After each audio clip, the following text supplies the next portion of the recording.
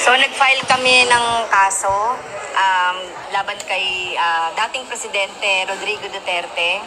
Ito yung grave threat sa revised penal code ay 282, Article 282. So, para panagutin si dating Presidente Rodrigo Duterte doon sa kanyang malubhang pagbabanta sa aking buhay, doon sa programa niya noong nakaraang October 11 sa isang station.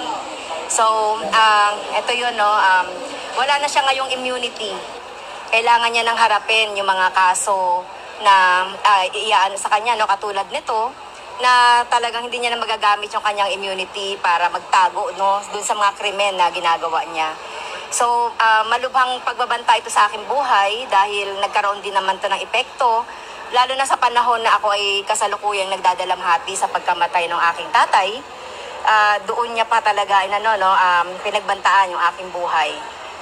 So, gaano katindi po yun na kasabay na nagdadalamhati kayo, may mga ganyung klase ng banta sa buhay ninyo na ginagampanan ng mga hindi na ba ang Yes, so talagang na-shock po ako dun sa ginawang threat ni dating Presidente. Grabe, ang OA naman. In example lang naman ni former President Duterte saan gagamitin yung confidential funds.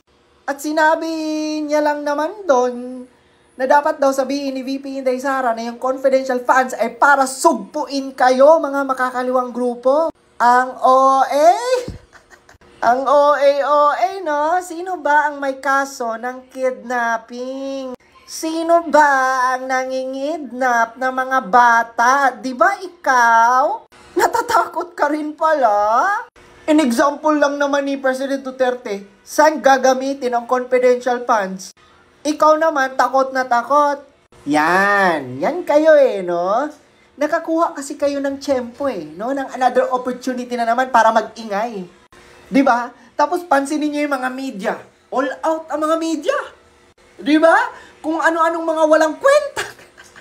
Kung ano-anong mga walang kwentang tanong din ang tinatanong kay Franz Castro, di ba?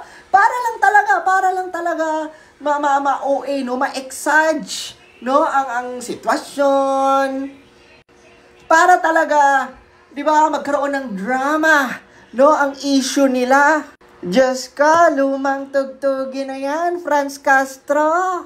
Ayaw nyo naman palang masugpo. Aware ka naman na salot, no, sa Pilipinas at sa bansa, yung mga makakaliwang grupo, at kayo, na nagbabalat kayo. Ba't di mo na lang sagutin diretso, Franz Castro? Ano ba talaga kayo? Di ba? Bakit hindi mo itinanggi sa mga tao, sa mga Pilipino na makakaliwang grupo kayo? Bakit mas ini-exage nyo pa yung sinabing purpose at paggagamitan ng confidential funds? Wala na kayo, bistado na kayo. Ang tingin ng mga Pilipino sa inyo, kayo ang mga leader ng mga makakaliwang grupo.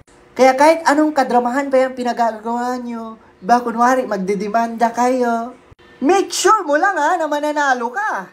Kasi pag hindi, nako, katawa-tawa na naman. Another katawa-tawa na naman ang mga gagawin nyo.